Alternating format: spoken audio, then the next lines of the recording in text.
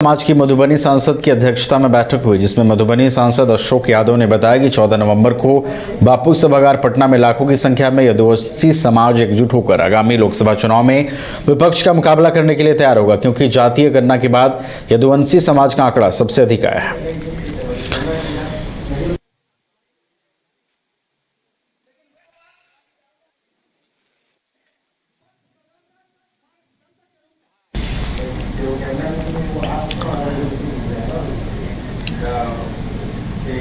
मधेपुरा में बीएन मंडल विश्वविद्यालय के परिसर स्थित डॉक्टर नरेंद्र श्रीवास्तव के आवास पर रामायण के रचयिता महर्षि वाल्मीकि की जयंती पर पुष्पांजलि सह परिचर्चा कार्यक्रम का आयोजन हुआ। इस अवसर पर कार्यक्रम को संबोधित करते संस्कार भारती मधेपुरा के संरक्षक सह बीएन मंडल विश्वविद्यालय के पूर्व कुल सचिव डॉक्टर नरेंद्र श्रीवास्तव ने कहा कि महर्षि वाल्मीकि दलित समाज के होते हुए भारतीय संस्कृति पर एक महाकाव्य रामायण की रचना की, जिसमें भारतीय संस्कृति के सभी आयामों का, जैसे पिता पुत्र का कर्तव्य, राजा का समाज के प्रति दायित्व की व्याख्या की गई।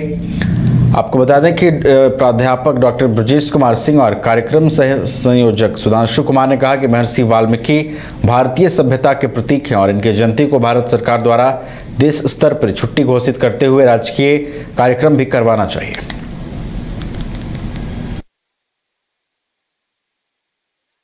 वाल्मीकि जयंती पे पूरे भारत में इसको उत्सव के रूप में मनाने के लिए सरकार के स्तर पे घोषणा होनी चाहिए, क्योंकि एक सामाजिक समरसता का सबसे महाकाव्य रामायण इन्होंने लिखा और ये खुद एक वैसे समाज से आते हैं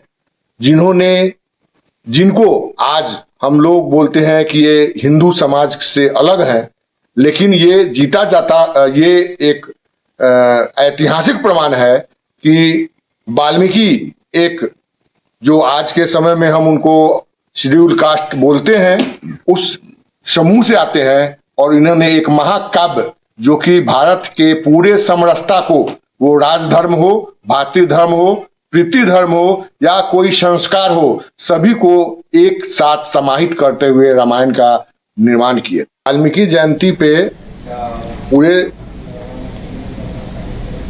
मुंगेर कोर्ट में वकालत कर रहे रामगुलाब मिश्रा की छोटी बेटी दिव्या मिश्रा ने मिसाल कायम किया है और प्रथम प्रयास में ही 67वीं बीपीएससी परीक्षा में 371वां रैंक प्राप्त कर म्यूनिसिपल एग्जीक्यूटिव ऑफिसर बनी है। उन्होंने बताया कि घर में रहकर सेल्फ स्टडी की और यह उनका पहला प्रयास था जिसमें उन्हें यह सफलता मिली है।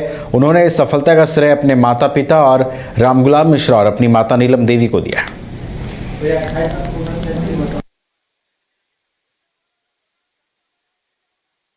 इसमें सबसे बड़ा योगदान मेरे मम्मी पापा, मेरे टीचर्स और मेरे फ्रेंड्स का है। सबसे पहले मेरी ग्रेजुएशन 2020 में हुई थी। उसके बाद लॉकडाउन के समय से मैं अपने घर में ही तैयारी कर रही थी और मैंने सेल्फ स्टडी करी है और फिर यूट्यूब के डिफरेंट वीडियोस, चैनल्स, इन सब का बहुत योगदान रहा है और टेस्ट सीरीज़ वगैरह मैंने ज्वाइन करी थी, उसी से मुझे सफलता मिली है। मेरी शुरू से पढ़ाई सरस्वती विद्या मंदिर से हुई है। मैंने 12th तक वहाँ पर पढ़ाई करी थी।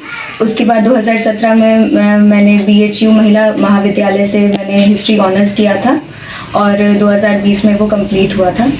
उसके बाद मैं घर से तैयारी करती हूँ। एक गरीबी में पलते हुए वो इतने बड़ी मकाम हासिल किए, मुझे बहुत बहुत बहुत अच्छा लग रहा है। आपकी कितनी बेटियां हैं? मेरी 3 बेटियां हैं, जो सबसे छोटी ये है जो दिव्या मिश्रा की है। बड़ी वाली अर्चना मिश्रा जो सॉफ्टवेयर इंजीनियर है TCS में, और दूसरी वाली सेंट्रल बैंक ऑफ इंडिया का PO है। लोग कई विचार आया, ये गलत बात है कि बेटा ही हर चीज कर सकता है, बेटियां ही सब कुछ कर सकती है। बहुत खुश हो रहे हैं हम तो उसको देख के। पहले तो एकदम नहीं लग रहा था कि होगा, पर जब सुने तो बहुत खुशी हुई। भगवान आपको 3 बेटी ही दी है और तीनों आपको बेटी को देख के कोई गम नहीं हमको। हम तो हर जन्म में सोचते हैं बेटी हो और ऐसी बेटी हो जो सब कुछ मेरा सर ऊंचा करके दिखा दी है। तीनों कभी नहीं चाहते हैं कि लड़का ही हो हमको।